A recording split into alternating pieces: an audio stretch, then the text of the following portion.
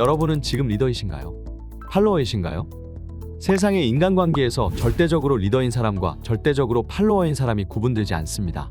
과거 왕정시대에나 가능했던 일이겠지요. 여러분이 지금 어느 회사의 팀장이라고 한다면 부장이나 본부장에게는 팔로워의 역할을 하면서도 동시에 팀원에게는 리더이겠지요. 이건 회사에만 적용되는 건 아닙니다. 동문 모임에서는 팔로워일 수 있지만 자전거 동호회에서는 리더일 수도 있지요. 이렇게 우리는 순간순간 리더와 팔로워의 역할을 오고 가며 살아가고 있습니다.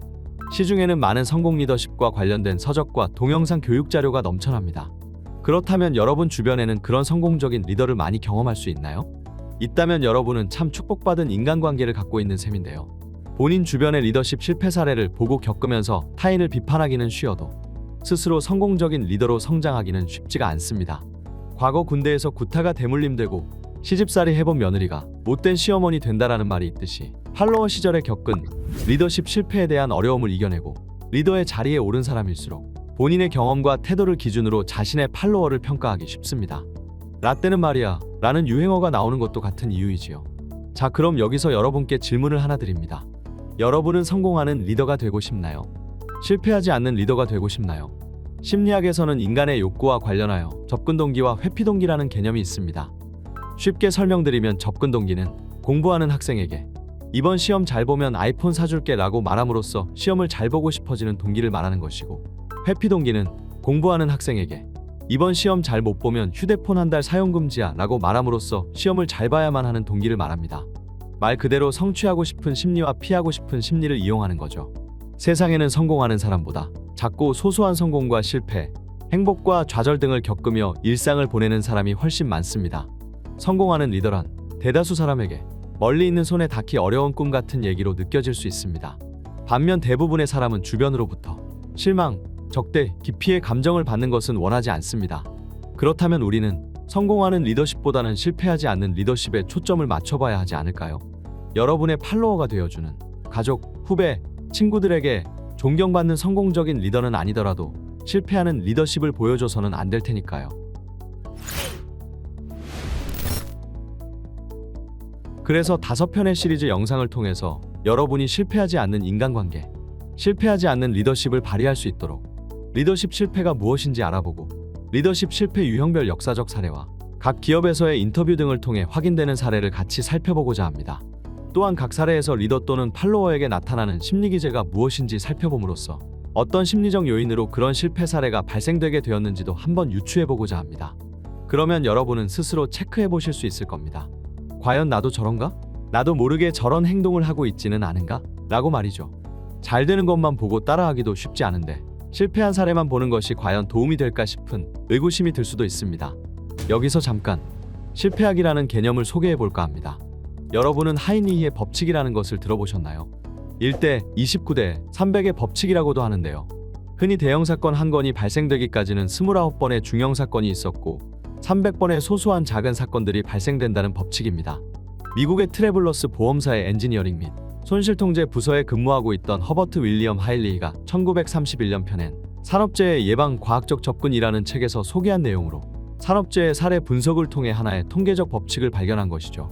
숫자가 가지는 절대적 의미보다는 작은 실패를 주의 깊게 관찰하고 관리하는 것이 치명적 실패를 예방할 수 있다는 실패 관리에 대한 진리가 들어있죠. 도쿄대 명예교수이자 하타무라 창조공학연구소를 운영하고 있는 하타무라 요타로는 실패학 학문을 정립한 자로 유명한데요.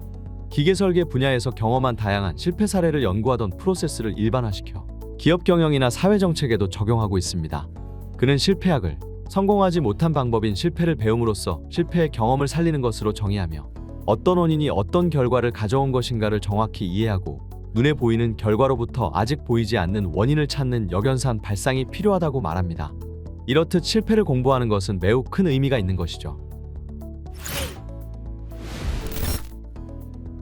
이 영상이 끝났을 때 여러분은 리더십 종류에 따른 실패 원인을 인지하고 본인의 모습을 스스로 체크해보거나 팔로워의 태도를 관찰함으로써 지금 내가 실패 리더십에 빠져있지 않나 돌아볼 수 있을 것입니다. 실패하지 않는다고 성공은 아닙니다. 하지만 적어도 실패를 치유하기 위해 더 큰 에너지와 비용, 시간을 쏟는 일은 없겠지요. 그럼 지금부터 실패하지 않는 리더십 시작해보도록 하겠습니다. 여러분은 리더십 하면 어떤 이미지가 떠오르나요? 성공한 기업가? 칭기스칸, 나폴레옹 같은 정복자? 마하트마 간디, 넬슨 만델라와 같은 지도자? 사람마다 리더십하면 떠오르는 이미지가 다른 것은 그만큼 리더십의 종류와 유형이 다양하다는 뜻이기도 합니다. 보통 리더에게 요구되는 역할은 무엇이 있을까요? 대표적으로 목표 달성, 조직 관리가 먼저 떠오릅니다. 이것을 조금 더 구체화시켜 볼까요? 리더는 비전과 방향을 설정합니다. 모두가 하나의 목표를 향해 나아가도록 도와주고 조직의 성과 향상에 기여합니다. 또 구성원들에게 동기부여와 영향력을 행사하죠. 구성원들의 역량을 개발하고 성과를 인정하며 효과적인 피드백을 제공하여 조직 내의 참여와 창의성을 촉진합니다. 그리고 문제 해결과 의사 결정을 합니다. 시간과 자원을 효율적으로 관리하며 위기 상황에서도 조직의 지속적인 운영을 보장합니다. 그러면서 팀 빌딩과 협력을 이끌어내야 하죠. 리더는 팀을 구성하고 팀원들의 능력과 역할을 최대한 활용하여 협력을 촉진합니다. 리더는 팀 내의 관계를 조화롭게 조율하고 다양한 개성과 아이디어를 존중하며 팀의 협업 능력을 향상시킵니다. 이를 위해 리더는 조직 문화와 가치를 지향합니다. 리더는 조직의 문화와 가치를 형성하고 전달하여 조직 내의 모든 구성원들이 그에 따라 행동할 수 있도록 도와줌으로써 조직의 가치를 공유하고 긍정적인 조직 문화를 구축하는 리더십은 조직의 일관된 성과를 지원합니다. 여러 연구에서 리더십이 직무열의와 조직 성과에 긍정적인 영향을 미치는 것이 확인됐는데요. 특히 변혁적 리더십, 거래적 리더십, 진정한 리더십 등의 유형들에 대한 연구가 많이 이루어졌습니다. 변혁적 리더십은 직원들에게 동기부여를 주고 창의성과 혁신을 촉진하는 등 긍정적인 영향을 미치는 리더십 유형입니다. 거래적 리더십은 명확한 역할 분담과 보상 체계를 통해 직원들의 성과를 관리하는 리더십 유형입니다. 진정한 리더십은 리더가 자신의 가치관을 지키며 정직하고 일관된 행동을 보여주는 리더십 유형입니다.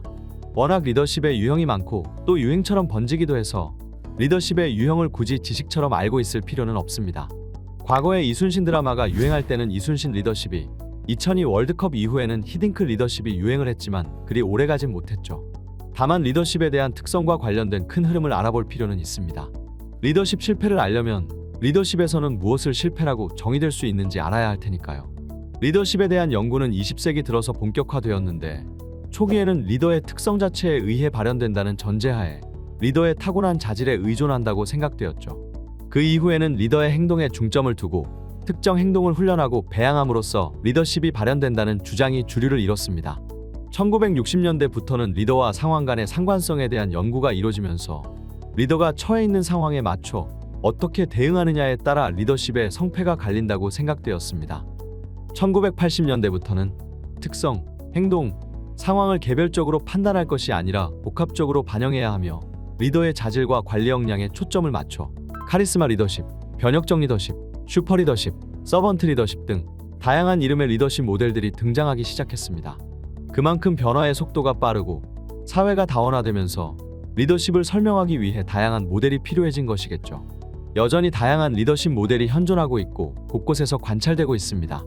한 사람의 리더십에 대한 평가도 각각의 리더십 모델을 빗대어 다르게 설명할 수도 있죠.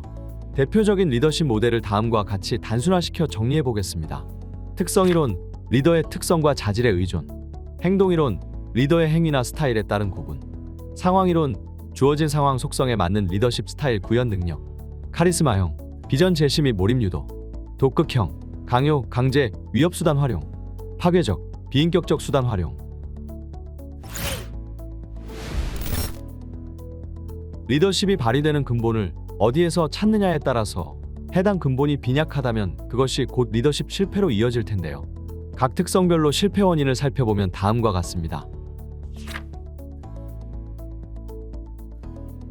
자, 그럼 복잡한 리더십 이론들은 지워버리고 리더십 실패가 일어나는 원인들만을 비슷한 내용으로 그룹핑해보면 어떻게 나올까요? 리더 자체에게 역량이나 심성의 결여가 있는지, 리더 자체의 능력에는 문제가 없으나 팔로워와의 관계에 있어 부족한 점이 있는지, 또는 상황 자체가 리더십 실패를 발생시킬 수밖에 없는 어쩔 수 없는 상황인지 정도로 구분해 볼 수 있겠네요. 리더 자체의 능력이 부족한 경우는 역량과 심성으로 구분하여 무지, 인지능력 부족, 전략적 사고 부족, 사회적 네트워크 감각 결여 등이 있겠고, 심성적인 측면에서는 너무 욕심이 많거나 지나치게 자만하거나 또는 자신감이 너무 없거나 인내심이 없고 급한 성격 등이 있습니다. 팔로워와의 관계 측면에서의 실패 요인은 리더의 일방적 관계 설정인지 상호작용 과정에서 생기는 문제인지에 따라 일방향과 쌍방향으로 구분해 볼 수 있는데요. 리더의 잘못된 관계 설정으로는 팔로워에 대한 무관심, 카리스마와 같은 무리한 이미지 형성 추구, 실행력 결여, 비인격적 대우 등을 들 수 있습니다. 환경 요인적으로는 각 상황에 맞는 적합한 리더십 유형으로의 변화에 실패했거나 업무 환경이 리더십을 요구하지 않거나 필요성이 낮은 경우에도 리더십을 발휘하기가 힘들어집니다. 리더십 실패 요인을 가만히 살펴보면 나오는 단어들이 마치 심리검사 결과지에서 나올 법한 내용들이지 않나요? MBTI와 디스크 검사 같은 성격 유형 검사에서도 유사한 내용을 찾아볼 수 있습니다. 리더십과 심리학은 밀접한 관계를 가지고 있습니다. 결국 인간에 대한 탐구이고 인간관계에 대한 연구이니까요. 심리학에서는 개인의 성격, 태도, 동기, 지능, 자아인식 등 개인적인 요소들을 연구하고 또한 구성원 간 상호작용, 의사소통, 조직 문화, 조직 변화 등 조직 심리에 대하여도 연구합니다. 따라서 실패한 리더십이 발생하는 원인을 찾아본 이후에는 어떤 심리기제에 의하여 리더십 실패 요인이 나타나게 됐는지 심리학적 관점으로 살펴본다면 해당 실패 사례를 이해하는 데 더욱 도움이 될 것입니다. 또한 심리학은 리더십 역량을 평가하고 행동적 훈련을 어떻게 해야 하는지, 개별 맞춤형 훈련 과정은 어떻게 설계해야 하는지 등 리더십 개발과 훈련에 큰 도움을 주고 있죠. 앞으로 우리는 리더십 실패 요인 중 리더의 무지, 리더의 전략적 사고 부재, 리더의 과욕, 리더의 무책임, 리더의 무관심, 리더의 소통 부재, 리더의 고집, 리더의 비인격, 이렇게 8가지 실패 사례에 대해 하나씩 살펴보게 될 것입니다. 그럼 지금부터 시작하시죠.